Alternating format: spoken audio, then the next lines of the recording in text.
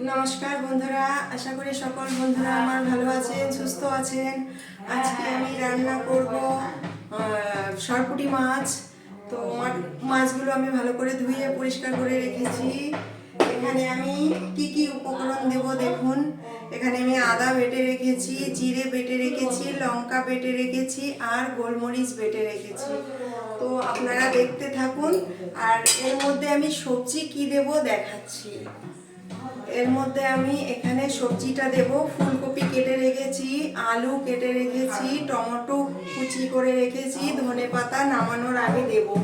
তো আপনারা দেখতে থাকুন আমি কিভাবে রান্না করছি। দেখুন বন্ধুরা, আমি এই মাছটার মধ্যে হলুদ দিয়ে দিচ্ছি, 2 চামচ হলুদ দিয়ে দিচ্ছি, 1 চামচ আমি নুন দিয়ে দিচ্ছি।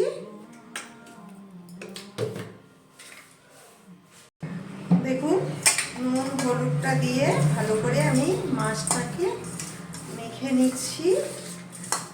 এবার এটাকে ভালো করে ফ্রাই করে নেব।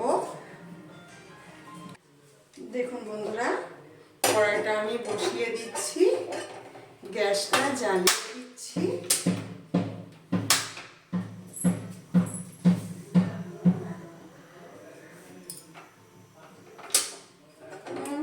পোজ করে রেখেই আমি বলছি, বকে যাচ্ছি। দেখুন বন্ধুরা, কড়াইটা আমি বসিয়ে দিয়েছি, কড়াইটা গরম হয়ে গেছে। এবার তেলটা আমি ঢেলে দিচ্ছি।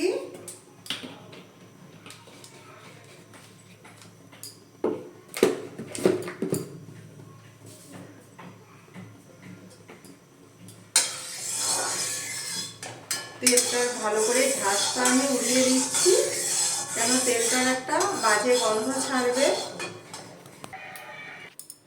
দেখুন বন্ধুরা, আমার তেলটা গরম হয়ে গেছে। একে একে আমি সব মাছ ছেড়ে দিচ্ছি।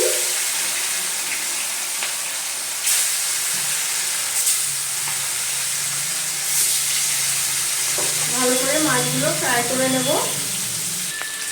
দেখুন বন্ধুরা, আমার মাছটা ভাজা হয়ে গেছে। একবার তুলে দিচ্ছি। আবার আমি মাছের কাঁকড়ের মধ্যে একে একে সব মাছগুলো আমি এইভাবে ভেজে নেব। এবার আমি মাছ দিয়ে দিচ্ছি।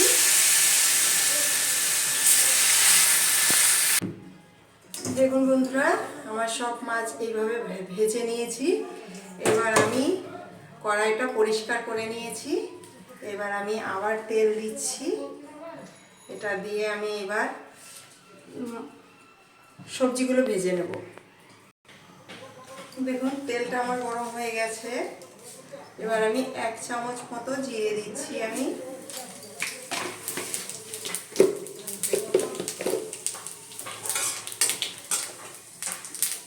প্রথমে আমি আলুটা ছেড়ে দিচ্ছি।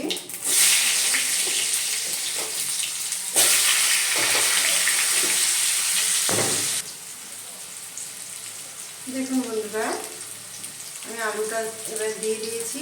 1 চামচ মতো আমি নুন দিয়ে দিচ্ছি। এই আলুটাকে আমি ভালো করে লাল করে ভেজে নেব। আপনারা পরিমাণ মতো নুন দেবেন।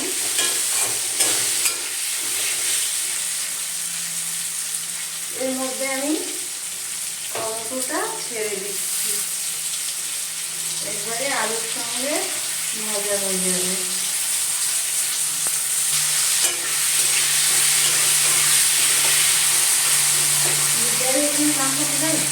হ্যাঁ, দেখুন বন্ধুরা, এখনো আমার আলুটা ভাজা হয়ে গেছে। আলুটা আমি এখনো হলুদ গুঁড়ো দিইনি, এমনি দেখুন লাল হয়ে গেছে। এবার আমি ফুলকপিটা আবার দিয়ে দিচ্ছি। তাহলে ভালো করে এটাকে আমি ভেজে নেব। ফুলকপিটাও আবার আমি লাল করে ভেজে নেবো। তারপরে আমি হলুদ মশলাটা দেবো।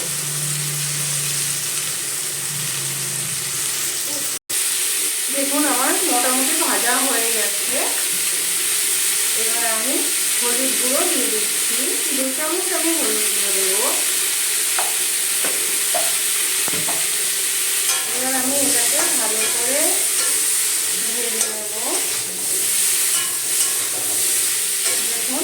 লাল হয়ে গেছে।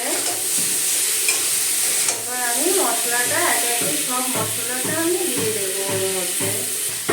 দেখুন বন্ধুরা, আমি আবার আপনাদের দেখিয়ে দিচ্ছি। এটা জিরে বাটা, এটা লঙ্কা বাটা আর শুকনো লঙ্কা, এটা আদা বাটা আর এটা গোলমরিচ বাটা। এবার আমি সব মশলাগুলো আমি এইভাবে দিয়ে দিচ্ছি কড়াইতে।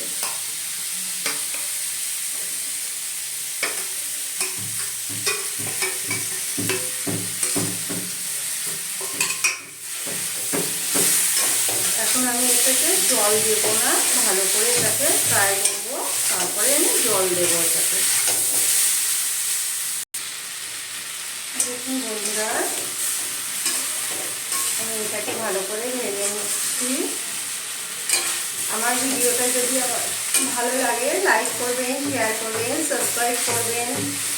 জানেন তো অনেক কষ্ট হয় রান্না করতে, ভিডিও পোস্ট করতে, অনেক কিছু করে তবে ভিডিওটা পোস্ট করতে হয়। আপনারা যদি আমার পাশে থাকেন তাহলে আমি আরও ভালো ভালো রান্নার ভিডিও নিয়ে আসবো, অন্য কিছু ভিডিও নিয়ে আসবো। আপনারা প্লিজ আমার সাথে থাকবেন।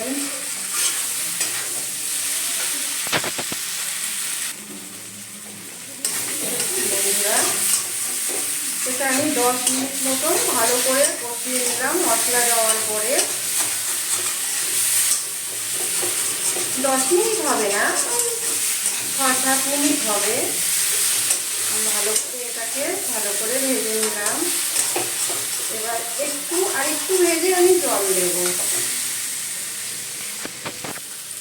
দেখুন বন্ধুরা, আমি 6-7 মিনিট মতো ভালো করে আমি মশলাটা দিয়ে ভেজে নিলাম। এবার আমি জল ঢেলে দিচ্ছি। আপনারা পরিমাণ মতন জল দেবেন।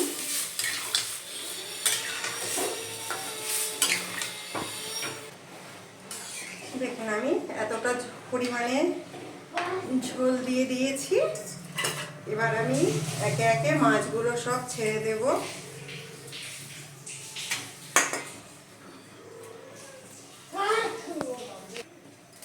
দেখুন বন্ধুরা, আমি মাছগুলো সব দিয়ে দিলাম। এবার ভালো করে এটাকে ফুটাবো, ফুটিয়ে এবার তারপরে নামিয়ে দেব। দেখুন বন্ধুরা, আমার সবজিটা ভালো করে মাছের ঝোলটা টক করে ফুটে গেছে। এবার আমি ধনেপাতাগুলো ছিটিয়ে দিচ্ছি। এবার আমি মাছের ঝোলটা নামিয়ে দেব। নামিয়ে আপনাদের আর একবার দেখাবো। দেখুন দেখুন বন্ধুরা, আমার মাছের ঝোল কেমন হয়েছে দেখুন। আমার ভিডিওটা যদি ভালো লাগে লাইক করবেন, শেয়ার করবেন, সাবস্ক্রাইব করবেন। আবার সবাই ভালো থাকবেন, সুস্থ থাকবেন। বাই। আবার অন্য ভিডিওয়ে আসবো।